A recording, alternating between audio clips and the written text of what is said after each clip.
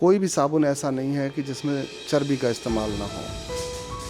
और कुछ ऐसी कौमें हैं जिन्होंने पूरी इंसानियत को नापाक करने के लिए बखूबी इसको अपने शऊर का और अपने इल्म का उन्होंने इस्तेमाल किया।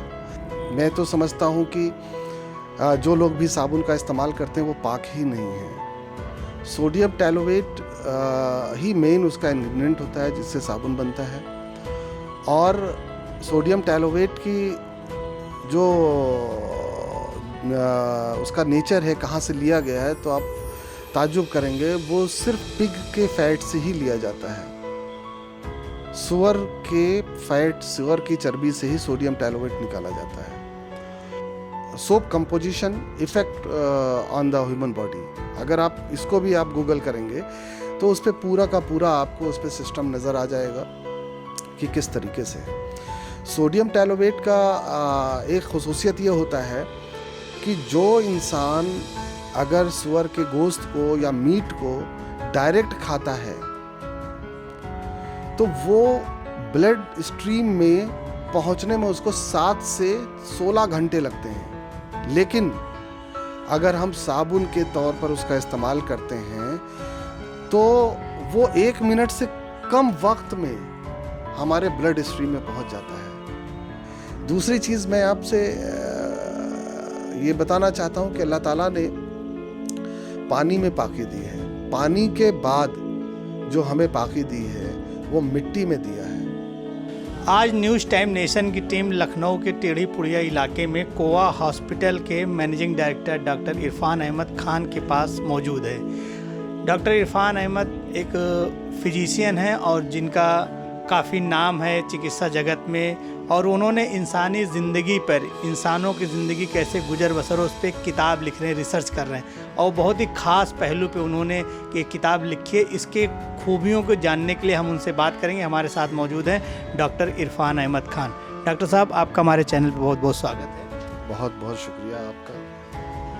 डॉक्टर साहब, आप जो किताब लिख रहे हैं कि इंसानी ज़िंदगी के बारे में, कि इंसान अपनी ज़िंदगी, रोज़मर्रा की ज़िंदगी को कैसे गुजर बसर करे, उस किताब के बारे में बताइए। उसमें कुछ खास जो बातें आप हमारे दर्शकों को बताइए।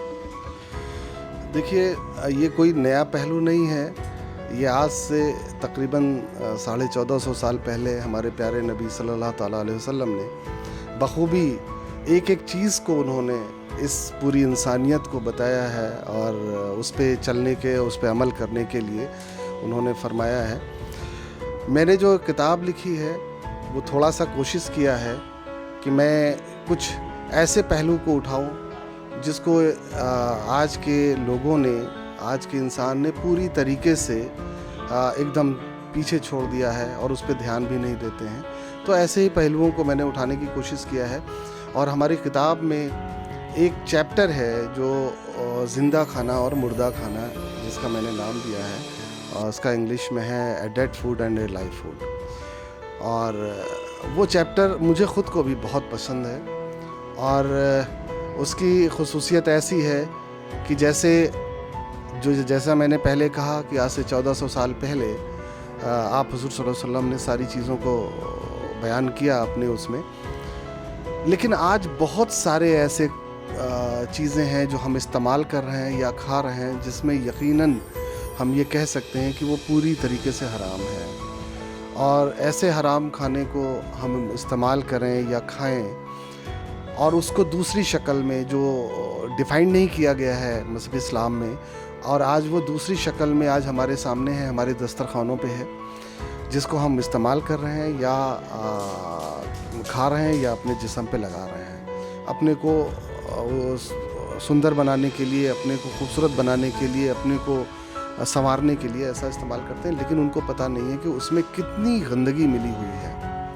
कि साबुन जो आज हम इस्तेमाल कर रहे हैं, बहुत पहले बचपन में हम लोग अक्सर सुना करते थे कि साबुन में चर्बी मिलाई जाती है। आज मैं देखता हूँ कि कोई भी उस और किसी भी मोमिन या किसी भी मुसलमान या किसी दूसरी भी कौम का कोई भी ध्यान उस तरफ नहीं है। बस वो मार्केट में जाता है और बोलता है कि भाई मुझे ये साबुन दे दो, साबुन लेकर के घर चला आता है। तो दोस्तों, सबसे अहम जो चीज़ है वो ये मैं बताना चाहता हूँ कि साबुन में कोई भी साबुन ऐसा नहीं है कि जिसमें चर्बी का इस्तेमाल ना हो।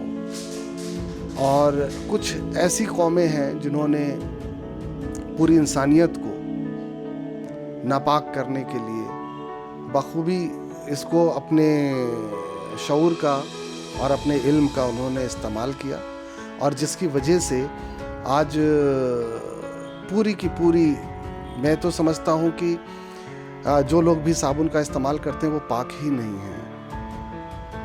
और साबुन में बहुत सारे ऐसे इंग्रेडिएंट हैं जिसकी वजह से उसका जितना भी केमिकल, उसमें 8-9 केमिकल ऐसे हैं जो सब नापाक जानवरों के उससे लिया जाता है। एक केमिकल का मैं ख़ास ध्यान आप लोगों की तरफ खींचना चाहता हूँ। एक केमिकल जो उसका मेन इंग्रेडिएंट है, जिसकी वजह से साबुन को बनाया जाता है, नहाने वाला साबुन, उसका नाम है सोडियम टैलोवेट। सोडियम टैलोवेट ही मेन उसका इंग्रेडिएंट होता है जिससे साबुन बनता है। और सोडियम टैलोवेट की जो उसका नेचर है, कहाँ से लिया गया है, तो आप ताज्जुब करेंगे। वो सिर्फ पिग के फैट से ही लिया जाता है।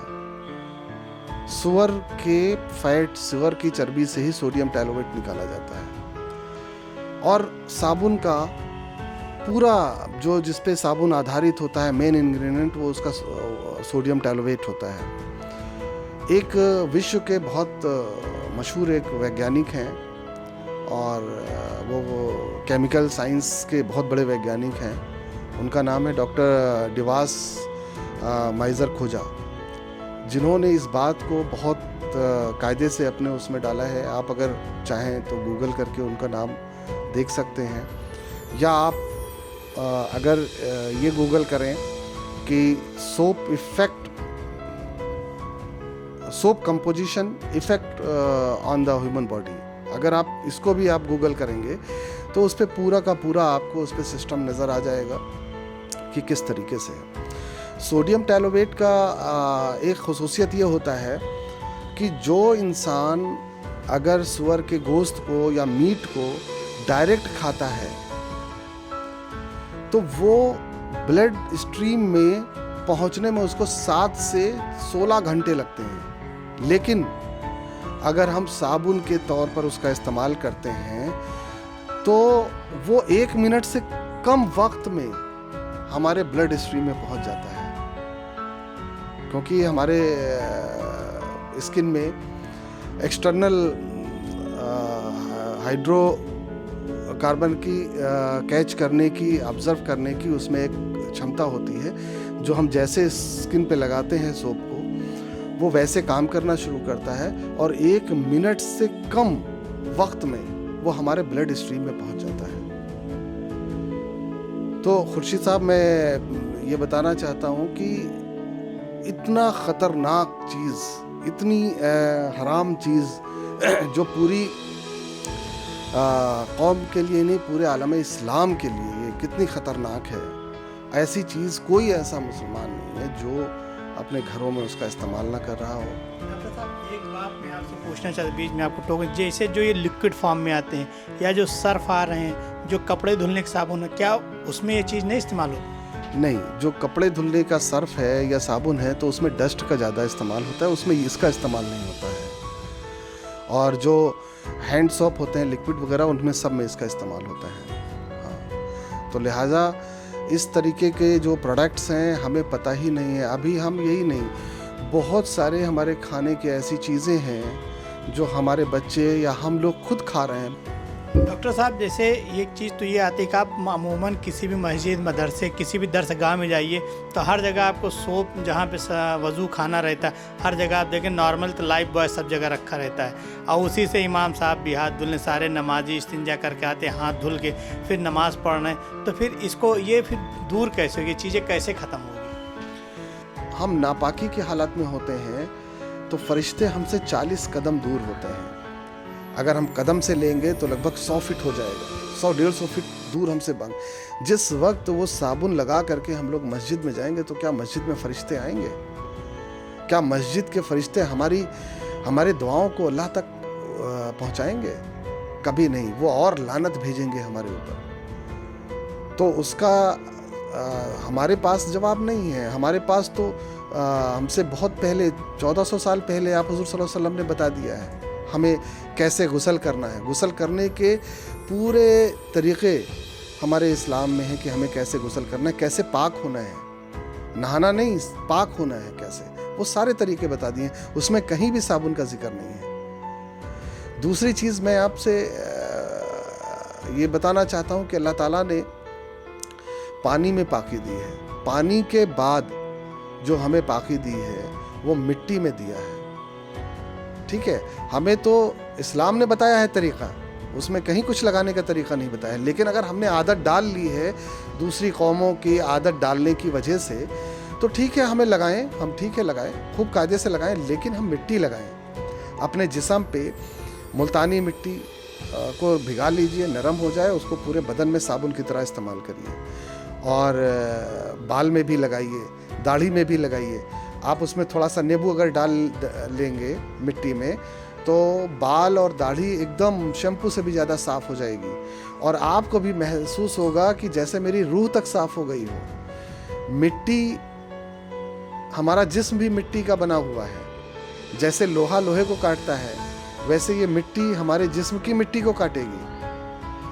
और हमारे अंदर के जो भी जिस्म के जो भी बीमारियां हैं, यकीन मानिए आप मिट्टी का इस्तेमाल करने लगिए, आपको कोई भी स्किन, चमड़ी की कोई भी बीमारियां जो बहुत आजकल होती हैं वो कुछ भी नहीं होंगी, सब साफ़ हो जाएगा। तो आप थे हमारे साथ डॉक्टर इरफान अहमद खान साहब। इनका कहना है और जो इन्होंने हमें जानकारी दी और यकीनन बहुत ही कीमती है, मगर बात उसमें बस यही एक निकल के आती है कि आज के वक्त में, आज के इस हालात में क्या मुसलमान या इंसान, जो आम इंसान भी, जिनको ये जानने के बाद कि हाँ इसमें अगर पौक और सूअर की चर्बी है या इसमें ये चीज़ें गलत चीज़ें मिली जिनको हम नहाने से, यूज़ करने से, खाने से पूरी तरीके से नापाक रहेंगे, और नापाकी में तो कोई भी चीज़ अल्लाह को कबूल नहीं है। तो फिर मुसलमानों को इस हालात से उबरने के लिए अब कुछ सोचने की ज़रूरत है, कुछ काम करने की ज़रूरत है। लखनऊ से न्यूज़ टाइम नेशन के लिए कैमरा पर्सन अमन सिंह के साथ खुर्शीद खान राजू। सब्सक्राइब करें आपका अपना चैनल न्यूज़ टाइम नेशन और हर खबर सबसे पहले पाने के लिए बेल आइकॉन जरूर दबाएं। और हाँ, खबरें पसंद आ जाएं तो लाइक और शेयर करना ना भूलें।